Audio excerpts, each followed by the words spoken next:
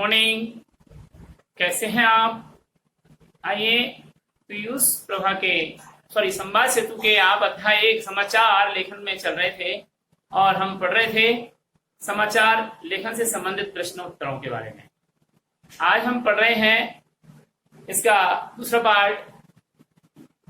तो देखिए, समाचार लेखन में हम 4 प्रश्न तक पढ़ चुके थे। अब हम पढ़ते हैं क्वेश्चन नंबर 5।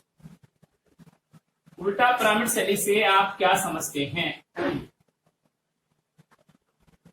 उल्टा पिरामिड शैली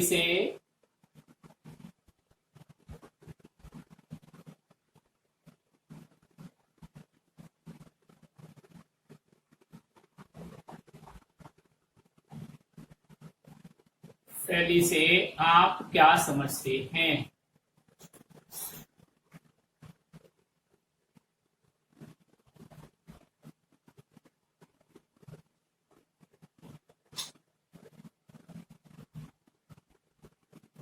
लिखिए। अथवा दूसरे रूप में ये प्रश्न कैसे आ सकता है? दूसरे रूप में यह आएगा, समाचार लेखन में उल्टा पिरामिड शैली क्या है?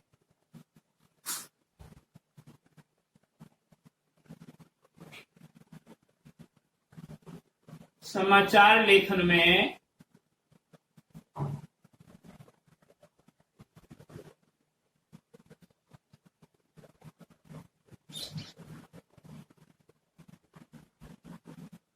उल्टा पिरामिड शैली क्या है?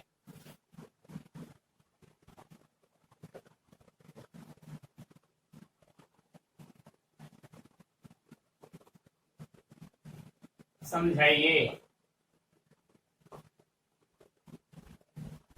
ये है। तो लिखें इसका उत्तर कि समाचार आंसर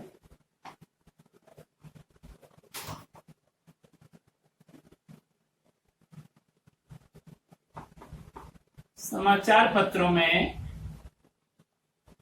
समाचार लिखने को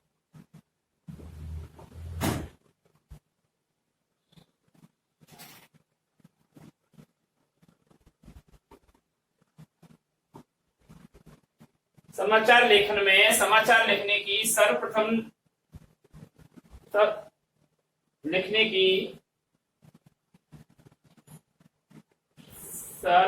सर्वप्रचलित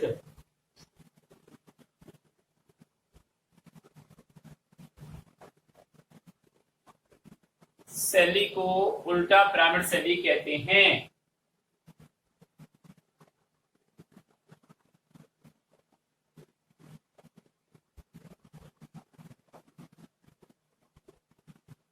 उल्टा पिरामिड शैली कहते हैं।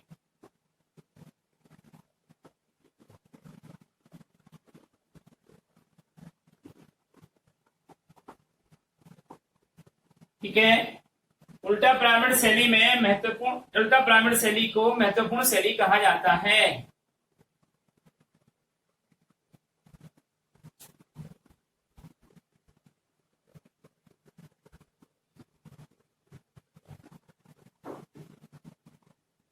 पत्रकारिता में उल्टा पिरामिड शैली को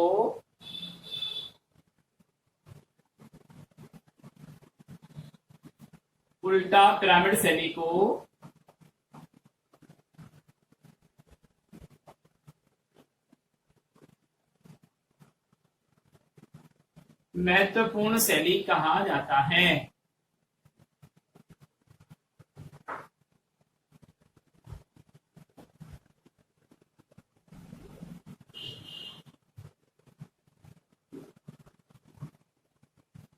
उल्टा पिरामिड शैली में पत्रकारिता को महत्वपूर्ण शैली कहा गया है। इसके अंतर्गत सबसे कम महत्वपूर्ण बात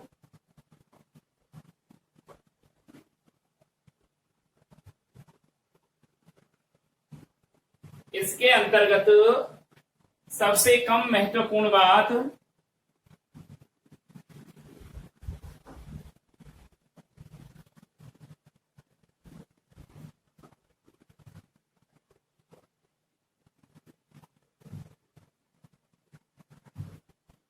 सबके बाद में लिखी जाती है।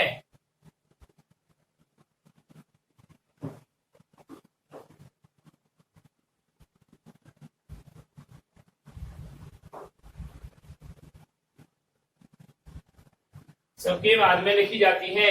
एवं सबसे महत्वपूर्ण बात,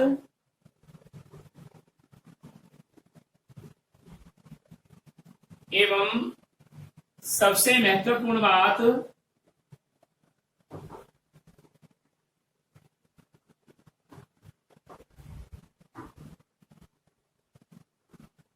सबसे पहले लिखी जाती है।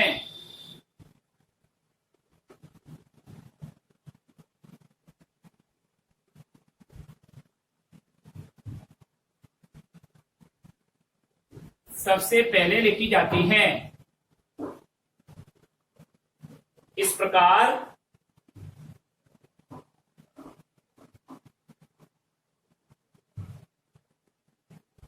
लेखन कला में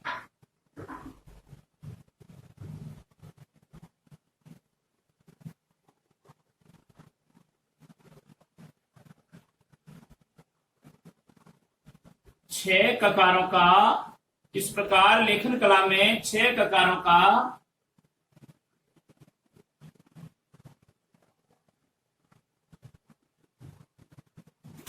ध्यान रखते हुए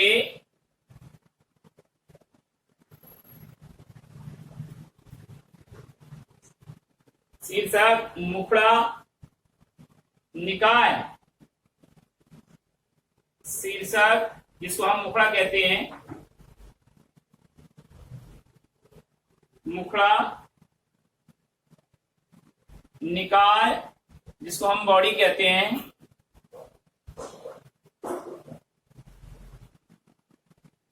एवं समापन जिसको हम एंड कहते हैं, के आधार पर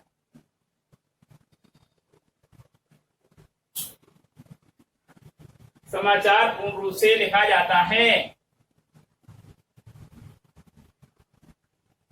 समाचार पूर्ण रूप से लिखा जाता है।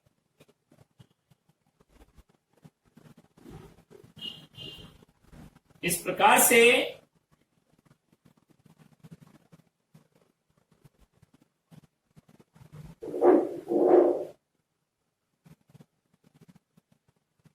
उल्टा ब्राह्मण शैली का प्रयोग करते हुए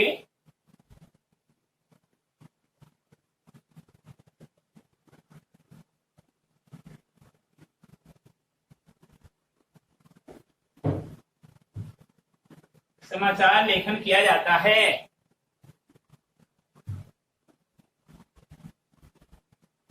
ठीक है, नेक्स्ट क्वेश्चन।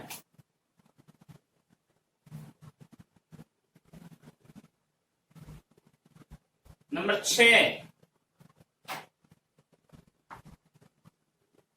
उल्टा ब्राह्मण शैली के अंतर्गत समाचारों को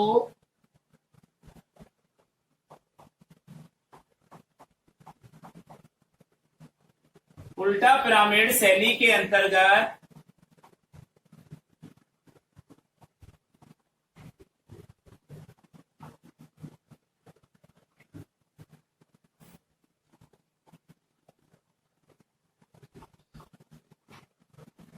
उल्टा पिरामिड शैली के अंतर्गत समाचारों को कितने भागों में बांटा गया है?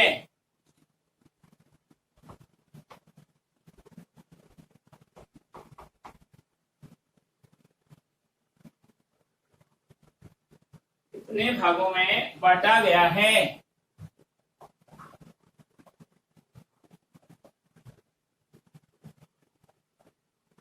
क्वेश्चन मार्क लिखिए।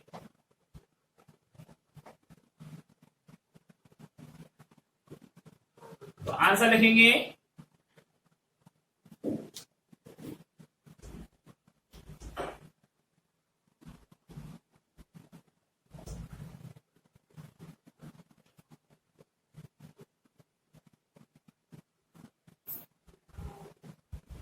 उल्टा पिरामिड शैली के अंतर्गत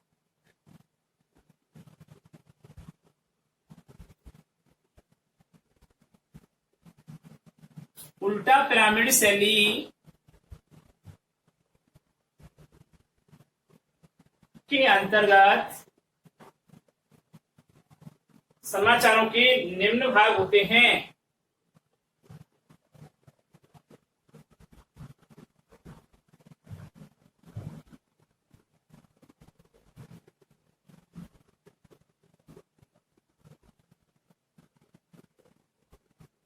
अब कौन कौन से हैं देखिए। नंबर 1, इंट्रो या मुखड़ा। इसको क्या कहते हैं? लीड भी कहते हैं। LEAD, lead. इसको लीड भी कहते हैं। क्या कहते हैं? हिंदी में लिखो लीड।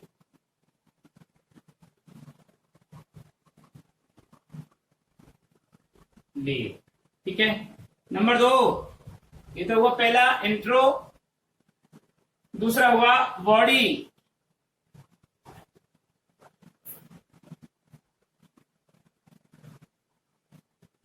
जिसको निकाल भी कहते हैं। क्या कहते हैं? निकाल। इसको कहते हैं मुखड़ा और इसको कहते हैं लीड और इंट्रो। यानी 3 नाम है इसके। इंट्रो, लीड या मुखड़ा, ठीक है। और इसका बॉडी, बॉडी का है बॉडी या निकाय, जिसको आप शरीर कहते हो मानव के संदर्भ में, तो यहां पर निकाय कहते हैं उसको। और तीसरा है समापन।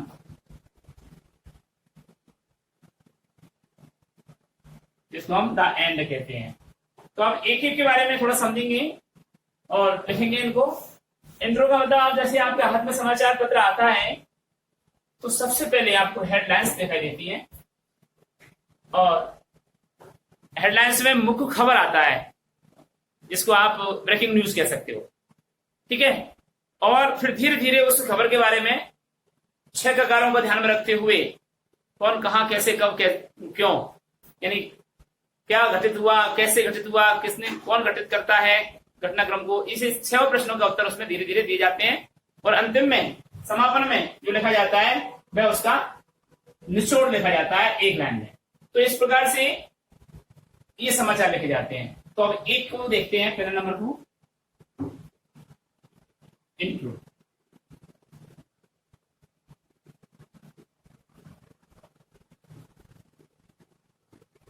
या मुखड़ा।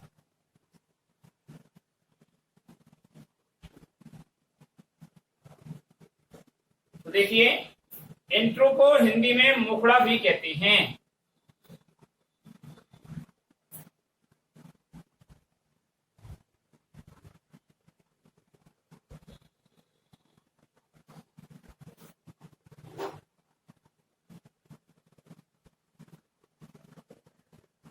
मुखड़ा भी कहते हैं, पूर्णविराम। यह समाचार का प्रारंभिक भाग होता है। कौन? इंट्रो। यह समाचार का प्रारंभिक भाग होता है।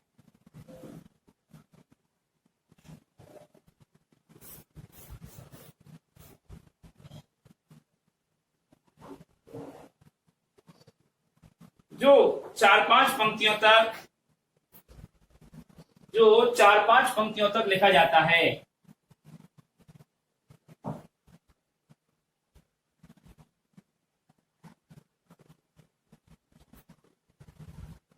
पंक्तियों तक लिखा जाता है।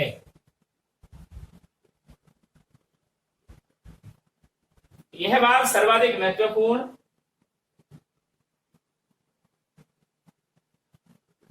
यह भाग सर्वाधिक महत्वपूर्ण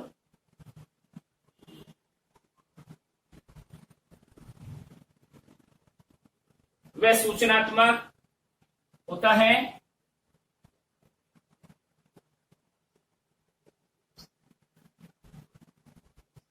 वह सूचनात्मक होता है, पूर्णविराम। इसमें क्या, कब, इसमें क्या, कब, कहाँ कौन, कहाँ कौन,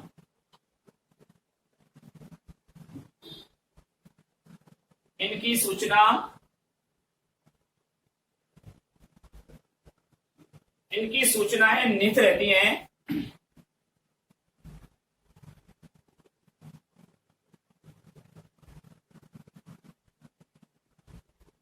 कहने का मतलब ये हुआ कि जो अखबार में समाचार आया, जैसे लद्दाख पर चीन का आक्रमण, तो क्या घटित हुआ, कब हुआ, कहां हुआ और कौन इसको घटित करने वाले थे, इन 4 प्रश्नों का उत्तर इस प्रश्न के अंतर्गत आता है, सेटिंग्स के अंतर्गत आता है, तो इन्हें ककार कहते हैं। ठीक है, तो 4 ककारों को यहां हो गया, 2 ककारों का अंत में निकाय में इसका प्रयोग किया जाता है। इस प्रकार इंट्रो का प्रयोग प्रमुख अखबारों में इस प्रकार लिखा जाता है, जिसको निकाय भी कहते हैं।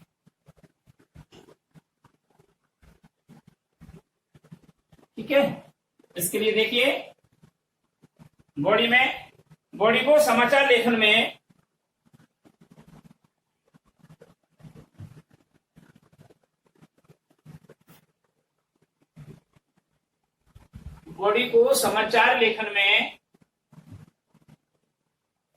निकाय कहा जाता है।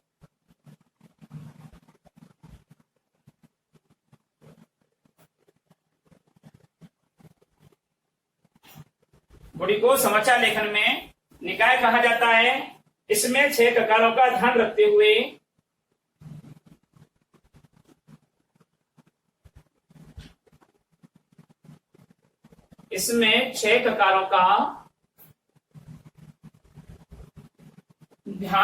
हुए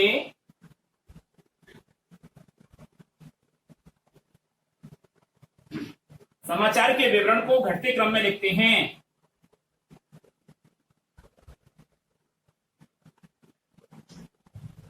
घटते क्रम का मतलब उल्टा पिरामिड शैली में समाचार के विवरण को घटते क्रम में लिखते हैं।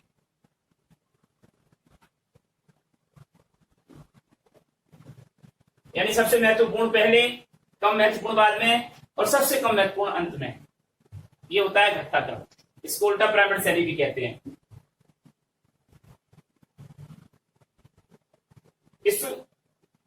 इस भाग में कैसे और क्यों,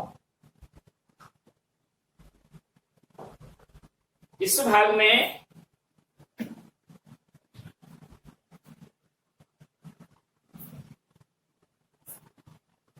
कैसे और क्यों, इन 2 प्रश्नों का क्या किया जाता है, से संबंधित सूचनाएं प्राप्त होती हैं।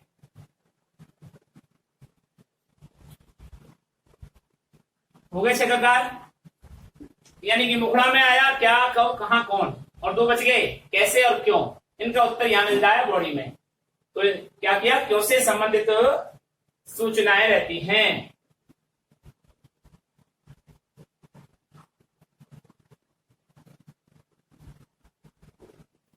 अब आता है तीसरा, समापन।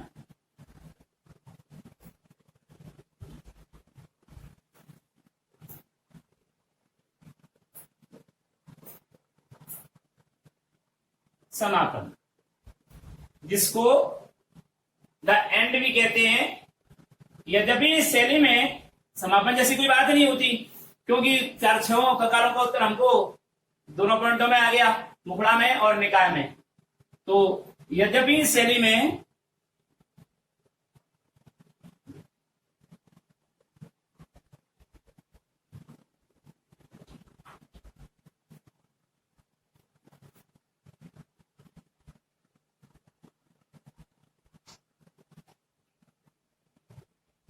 समापन जैसी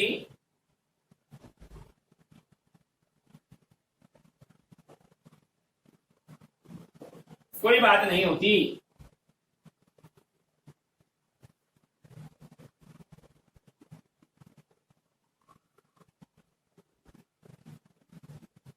कोई बात नहीं होती।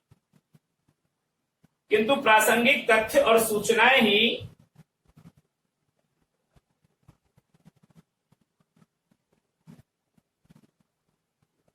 किंतु प्रासंगिक तथ्य और सूचनाएं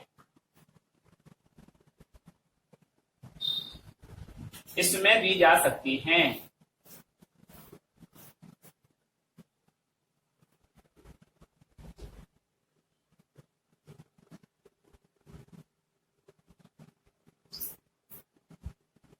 इस प्रकार हमारा ये जो प्रश्न था उल्टा ब्राह्मण शैली के अंतर्गत समाचार को कितने भागों में बांटा गया है? 3 भागों में बांटा गया है। इसका उत्तर समाप्त होता है। अगला जो क्वेश्चन है वो आप लिखेंगे, इंट्रो लिखते समय किन बातों का ध्यान रखना चाहिए? इंट्रो का मतलब अभी बताया आपने, मुखड़ा, हेडलाइंस। तो क्वेश्चन नंबर नेक्स्ट जो भी है, इंट्रो लिखते समय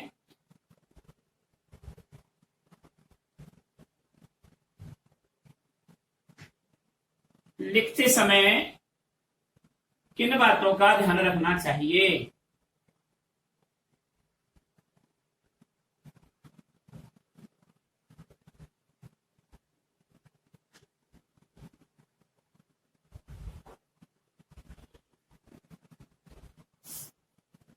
क्वेश्चन मार्क आंसर लिखेंगे। इंट्रो या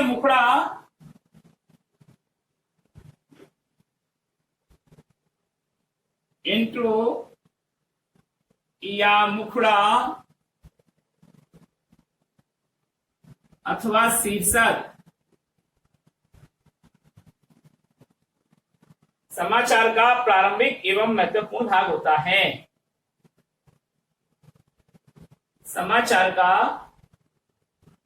प्रारंभिक एवं महत्वपूर्ण भाग होता है।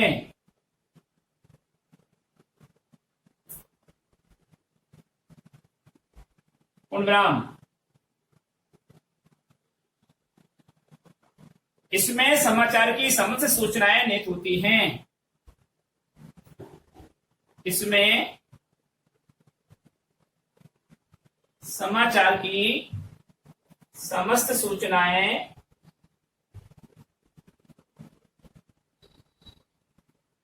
निहित होती हैं।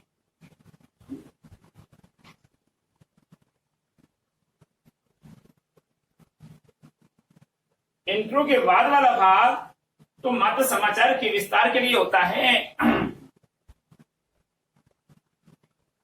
इंट्रो के बाद वाला भाग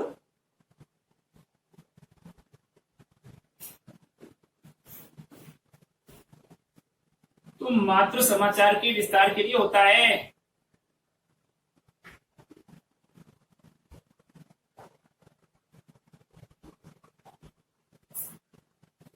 विस्तार के लिए होता है।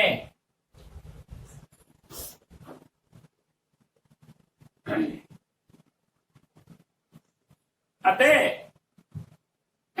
इंट्रो के समस्त तथ्यों का समावेश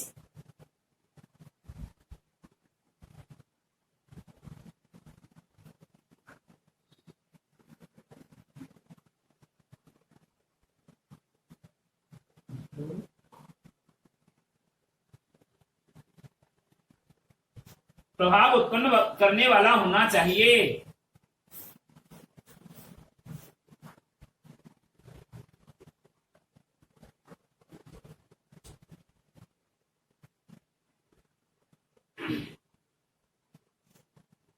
क्या, कब, कहां, कैसे के समस्त तथ्यों का क्या, कब, कैसे,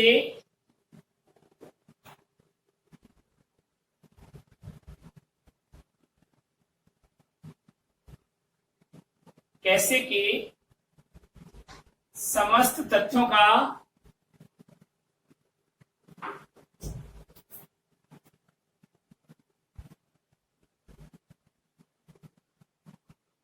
विस्तार इंट्रो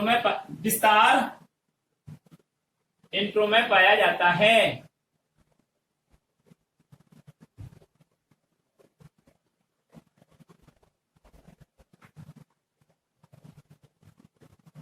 इंट्रो की भाषा सहज और प्रभावशाली होनी चाहिए। इंट्रो की भाषा सहज और प्रभावशाली होनी चाहिए।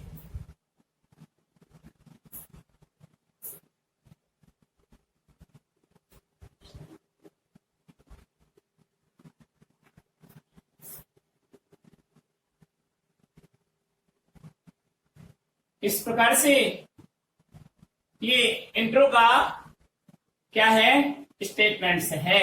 इंट्रो के बारे में हमने ये सब कुछ आपको बताया है। अब आप देखिए अगला प्रश्न।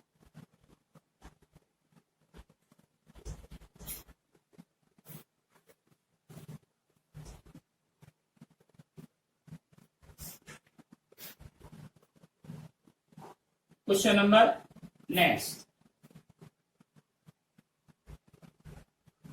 अब हमारे इस प्रकार से ये 7 प्रश्न हो चुके हैं। 8वें प्रश्न के लिए आइए। समाचार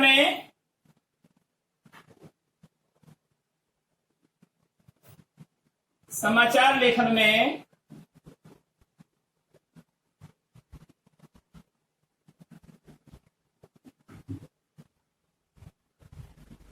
टेलीविजन पर प्रसारित समाचारों की विशेषताएं बताइए।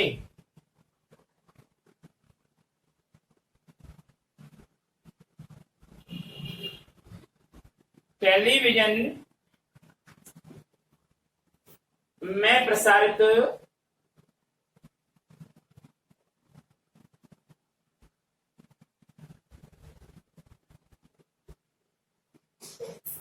समाचारों की विशेषताएं बताइए।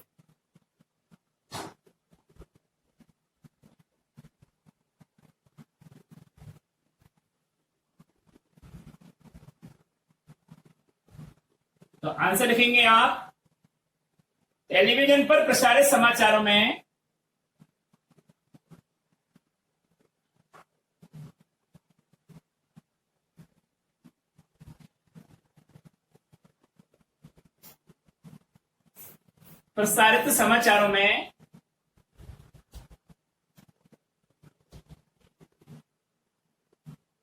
शब्द, ध्वनि, दृश्य तीनों का मेल होता है। हेडलाइंस कीजिए पहले। टेलीविजन पर प्रसारित समाचारों में निम्न विशेषताएं होती हैं। नंबर 1, टेलीविजन को आप शॉर्ट में टीवी कर सकते हो, वकील वाला है। टीवी पर प्रसारित या दूरदर्शन पर प्रसारित समाचारों में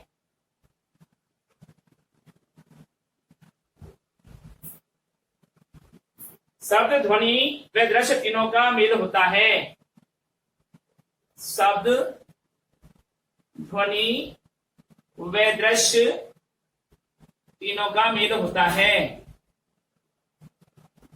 कहने का मतलब आप समाचार को सुन भी सकते हो, देख भी सकते हो, उन दृश्यों को घटित होते हुए देख भी सकते हो। इस प्रकार से शब्दों को सुन सकते हो, शब्द ध्वनि को सुन सकते हो, दृश्य को भी देखते हो, तीनों का मेल होता है।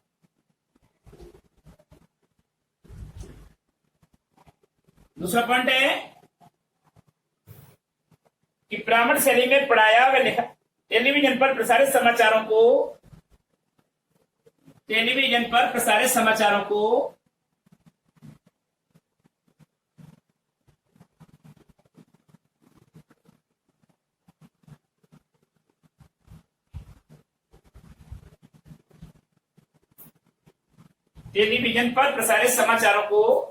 उल्टा पिरामिड शैली में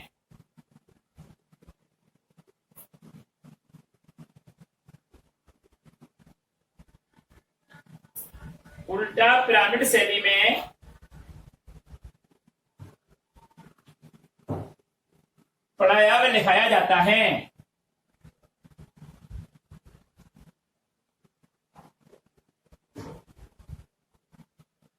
पढ़ा व लिखा जाता है।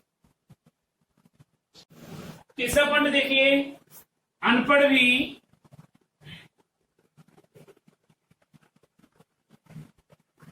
टेलीविजन माध्यम से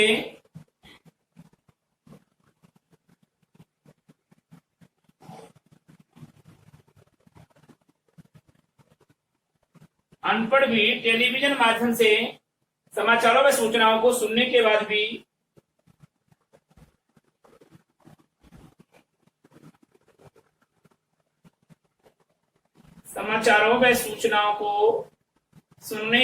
भी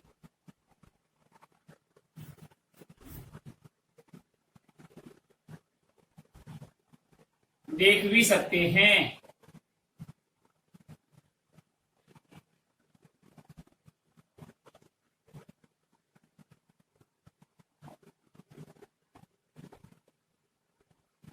समझ सकते हैं।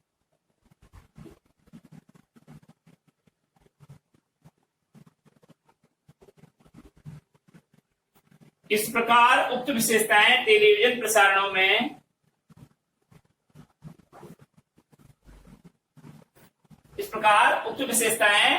टेलीविजन पर प्रसारित समाचारों की अहमियतता बताती हैं। अब आता है आपका गृह कार्य।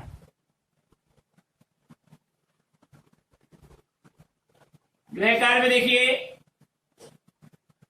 क्वेश्चन नंबर 6, 7, 8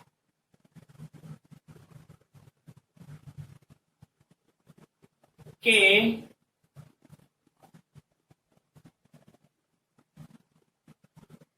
गृह कार्य में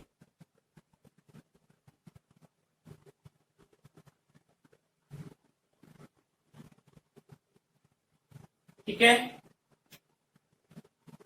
अब तक की वीडियो में इतना ही काफी है। अगली वीडियो में हम आपको समाचार लेखन के अगले भाग की ओर लेकर चलेंगे। तब तक के लिए हम इजाजत चाहते हैं। नमस्कार।